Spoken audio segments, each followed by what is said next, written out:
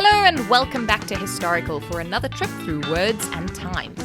Today we're going back to an unknown author, in an unknown time, and a mostly unknown place, to explore the murky roots of the tale of Igor's campaign.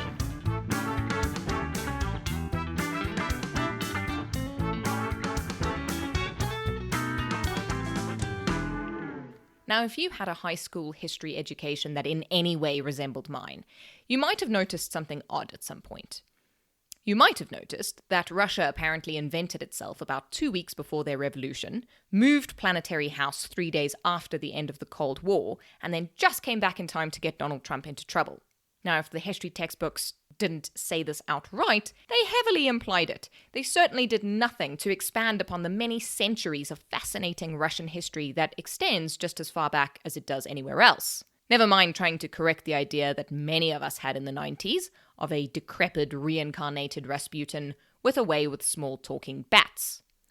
So that's what we're here for today. And just as an aside, we will be circling back to Rasputin. I watched Disney's Anastasia until my parents actually threw the cassette away and then lied about it, creating a lifetime of difficulty trusting adults, so we really can't have it any other way. Also, I'm a big fan of bells, especially the tolling kind. So if you know those words, go ahead and drop them on Instagram. There might be a prize. It won't be a bat. Anyway, the words we're focusing on today are much older than Rasputin, even the original non-animated version. The tale of Igor's campaign is an anonymous epic poem. Epic poem, think of Gilgamesh. That's another epic poem that we've done. And it's originally written in the Old East Slavic language. This is the language that eventually gives rise to the Belarusian, Russian, and Ukrainian languages, amongst a number of other languages that I also can't speak. Unfortunately, we don't know who the author was, or even exactly when it was written. But hang on, you're thinking, don't we have all these fancy new ways of testing paper and matching it to one specific kind of tree that only grows between March and June on one particular street in one particular town? Yes and no. Dating can't always get that specific, that's CSI, and also we don't have the original anymore even if we wanted to try. In fact, the story of the original document is probably worthy of an epic poem itself, but sadly this podcast isn't in the business of writing epics, only minis. So in short version, the original copy of the poem was found by Count Alexei Musin-Pushkin when he bought a collection of old documents from a local monastery in the late 1700s. Sidebar for everyone, remember that for several hundred years, monasteries were one of the very few places that had large collection of books, and monks were among the very few people who had the time and leisure, and probably patience, to copy old texts out by hand to preserve them. So Count Musin-Pushkin gets his hands on a stack of documents that he thinks dates back to around the 16th century. He's a bit of a nerd. He'd probably have been really into Game of Thrones and the Wheel of Time. So, naturally, he's very excited by his haul. Imagine those very odd summer skincare haul vlogs that you see on YouTube, and then multiply the level of excitement by a factor of 7. So it really blows his socks off when he discovers the manuscript for a poem inside this collection that has the script and style, not to mention the smell, of something much older. He realizes that he is far too overexcited to translate it correctly himself, so he hires a few other scholars and they proceed to translate it incorrectly together. They publish it anyway, just going to show that the media cared just as little for accuracy then as it does now. Their second attempt is a bit better though, so they tie a nice big bow on it and send it off to Catherine the Great. I'll just say it here because I'm not going to waste an entire episode on this. Catherine the Great definitely had time to read this because the rumors about the horse are completely untrue. And thank goodness they did send it off to her because a few years later, Count Musin-Pushkin's entire collection went up in smoke in the Great Moscow Fire of 1812, and the original was lost forever. All the translations you see today tend to be a mashup of that first edition published in 1800, and then the version colloquially referred to as the Catherine copy. Nabokov, the wonderful Russian-American novelist, translated it into English in 1960, but of course all these later versions still contain the discrepancies of the original translation. Now, the poem tells the story of a failed raid of Prince Igor, which is unlucky for him because apparently he was quite remarkably successful in all of his other military pursuits. But this mysterious poet, for reasons known only to him or her, chose to immortalize this defeat rather than a victory. Maybe he was secretly on the other side. Anyway, the poem tells of how, in April 1185, Prince Igor of Novgorod-Seversky sets out to attack an old enemy, the nomadic Polovetzians. If you're thinking that date, April 1185, seems maybe a little bit too specific to be likely, you are right, or you would be. But fortunately for us, Prince Igor saw the well-recorded solar eclipse, which we know happened on May the 1st.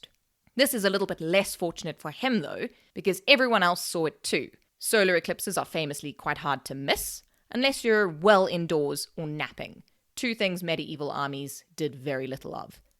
So Prince Igor's army, and the 3 other princes who had joined him, were convinced that this was a terrible omen, and very keen to heed it.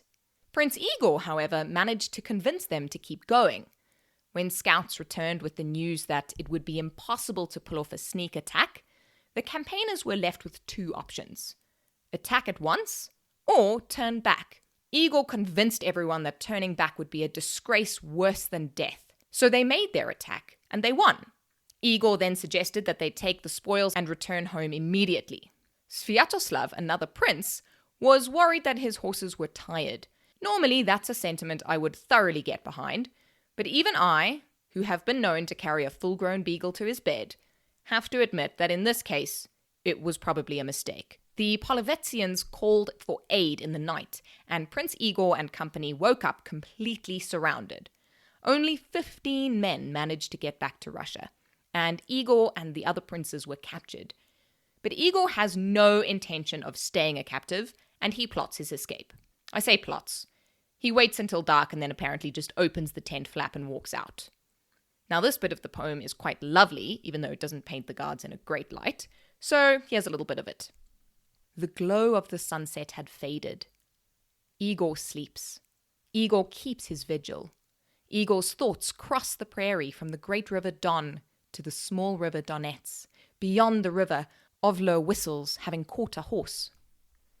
He warns the prince. Prince Igor will not remain a prisoner. The earth rumbled, the grass rustled, and the cumin tents began to stir. Now, in the guards' defense, Igor does wait until they start playing a game, thereby distracting them and, I think we can all agree, simultaneously cursing board games as the destroyer of all friendships for the rest of time. Igor manages to make it back home, and then he raises ransom money for all of the other captive princes. He also makes his walls a little higher, which seems sensible. So apart from proving that A, you should always make backups, and B, you should never go to work when the sun's down, why is this story important? Well, for one thing, it's pretty. It's a beautiful poem, and pretty language is cool.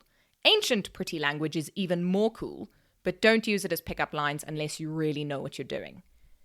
More importantly, the tale of Igor's campaign, or the lay of the host of Igor in some translations, gives us a very rare insight into pre-Christian Slavic culture and language, into Russian paganism and the socio-political landscape of the time. It also influenced a number of later Russian writers and became an opera that is still considered one of the great classics of Russian theatre. And there's still an ongoing debate about the original. Was it written in 1185 or shortly afterwards? Or did it start as a song or an oral poem and continue like that, maybe changing with each retelling and each new storyteller until it was eventually written down in the late 14th or early 15th century in that manuscript found by the Count? This is probably one of those things that we'll never really know, but people will continue arguing about it for another few centuries. If that worries you, don't let it. Historians and writers love a good disagreement. Thank you for joining this episode of Historical. If you enjoyed yourself, please head over to your streaming platform of choice, subscribe so that you never miss another episode, and leave us a rating and review so that we can continue to tell cool stories. You can also come and find us on Instagram and Twitter at historical_podcast and join the Facebook group, which is an excellent place to tell us which words you'd like to hear next. Join us again for more words that shape the world every Tuesday.